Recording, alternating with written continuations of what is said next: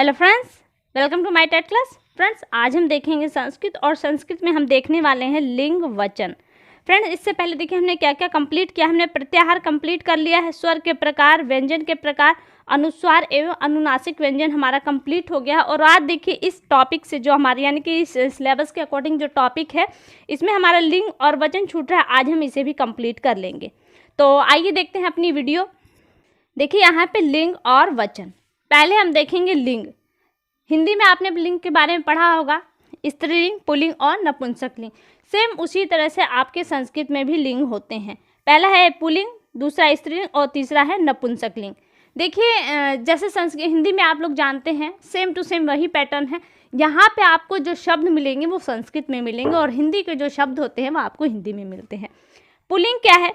जिस शब्द से पुरुष जाति का बोध हो उसे पुल्लिंग कहते हैं। जैसे रामः, बालकः, सह आदि क्या है, ये पुल्लिंग वाले शब्द हैं। इनसे पुल्लिंग का एहसास होता है यानी कि पुरुष जाति का बोध होता है। दूसरा है स्त्रीलिंग। जिस शब्द से स्त्री जाति का बोध होता है उसे स्त्रीलिंग शब्द कहते हैं। जैसे रमा, बालिका, साह आदि, ये सब ऐसे वर्ड हैं जो स्त्री जाति का बोध कराते हैं। वहीं पे आपका तीसरा होता है नपुंसक लिंग। ये कौन सा है? देखिए, जिस शब्द से न तो पुरुष जाति का बोध हो और न ही स्त्री जाति का बोध हो उसे हम नपुंसक लिंग कहते हैं। जैसे फलम, गृहम, पुस्तकम, तत्, ये ऐसे वर्ड है जिनका उच्चारण हम करते हैं, जिनको हम बोलते हैं ना तो स्त्री जाति का बोध होता है और न ही पुरुष जाति का बोध। और ऐसी कंडीशन में जो दोनों ही लिंग्स का निर्धारण न कर सके उन शब्दों को हम किस में डालते हैं? उनको हम नपुंसक लिंग में डालते हैं। तीनों लिंग होगा। अब देखिए इसके बारे में थोड़ी सी और जानकारी देख लेते हैं। संस्कृत भाषा में ये 3 लिंग होते हैं। एक ही व्यक्ति या वस्तु का वाचक शब्द भिन्न भिन्न लिंगों में हो सकता है। जैसे तटः, तटी, तटम, तीनों का अर्थ किनारा होता है। लेकिन कहा जा रहा है कि ये शब्द जो तीनों हैं, देखिए तीनों शब्द अलग हैं और तीनों का अर्थ भी एक ही आ रहा है, लेकिन इस शब्द के लिंग अलग अलग है। जैसे तटः शब्द को हम देखें तो यह हमारा पुल्लिंग में जाता है। वहीं पे तटी की बात करें तो यह आपका स्त्रीलिंग हो जाता है और वहीं तटम की बात करें तो ये आपका नपुंसक लिंग हो जाता है। तो इस हिसाब से आप देख सकते हैं कि जिस तरह से वाचन होता है वस्तु और किसी चीज़ का, उसी हिसाब से उसका लिंग निर्धारण हो जाता है। तो ये आपका हो गया लिंग। अब देखिए हम देखते हैं वचन। वचन में बहुत ज़्यादा नहीं है, ये और भी छोटा है, उससे भी छोटा है वचन।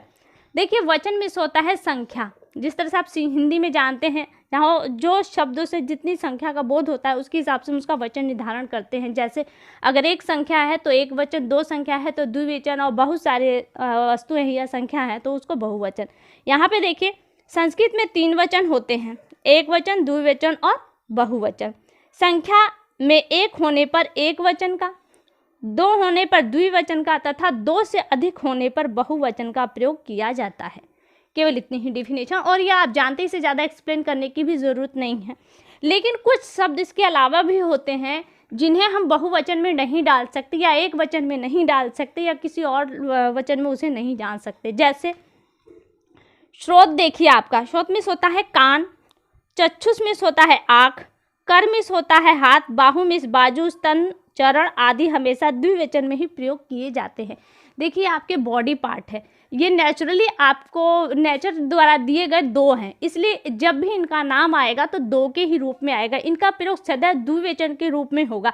लेकिन जैसी स्थितियां होंगी, जैसी परिस्थितियां होंगी, यानी कि जिस तरह का आपका सेंटेंस बनेगा उसके हिसाब से वहाँ पे इसे एक वचन में भी लिया जा सकता है।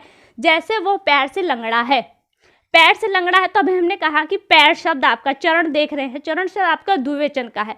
लेकिन जब हमने कहा कि वो पैर से लंगड़ा है तो वहाँ लंगड़ा तो एक पैर से होगा, दोनों पैर से तो होगा नहीं, तो वहाँ पे जो पैर शब्द होगा वो एक वचन का होगा। लेकिन स्थितियाँ ये कहती है कि ये नेचुरली जो देन होती है नेचर की, यह सदैव द्विवचन में होंगी, 2 होती हैं, इसलिए इसे हम द्विवचन में ही प्रयोग करेंगे। इसके अलावा देखिए आपका जैसे गंगा है, सूर्य है, चाँद है, इनको हम द्विवचन में और बहुवचन में प्रयोग नहीं कर सकते। क्यों नहीं कर सकते? क्योंकि नेचुरली एक ही है, इसे हम द्विवचन या बहुवचन में कन्वर्ट नहीं कर सकते। हालांकि देखिए जिस तरह के अभी जैसे हमने ऊपर देखा कि जिस तरह के सेंटेंस हो गए, जिस तरह की सिचुएशन बनती है सेंटेंस के हिसाब से, उस तरह से हम इसे बहुवचन या द्विवचन में डाल सकते हैं। लेकिन स्वतंत्र रूप से जब भी इनका नाम आएगा वो एक वचन में ही होगा। सूर्य है, चाँद है, गंगा नदी है आपकी, ये। तो फ्रेंड्स उम्मीद करती हूँ कि आपको यहाँ से वचन भी समझ में आ गया होगा। अभी के लिए केवल इतना ही। अगली वीडियो में से फिर मुलाकात होगी, तब तक के लिए नमस्कार।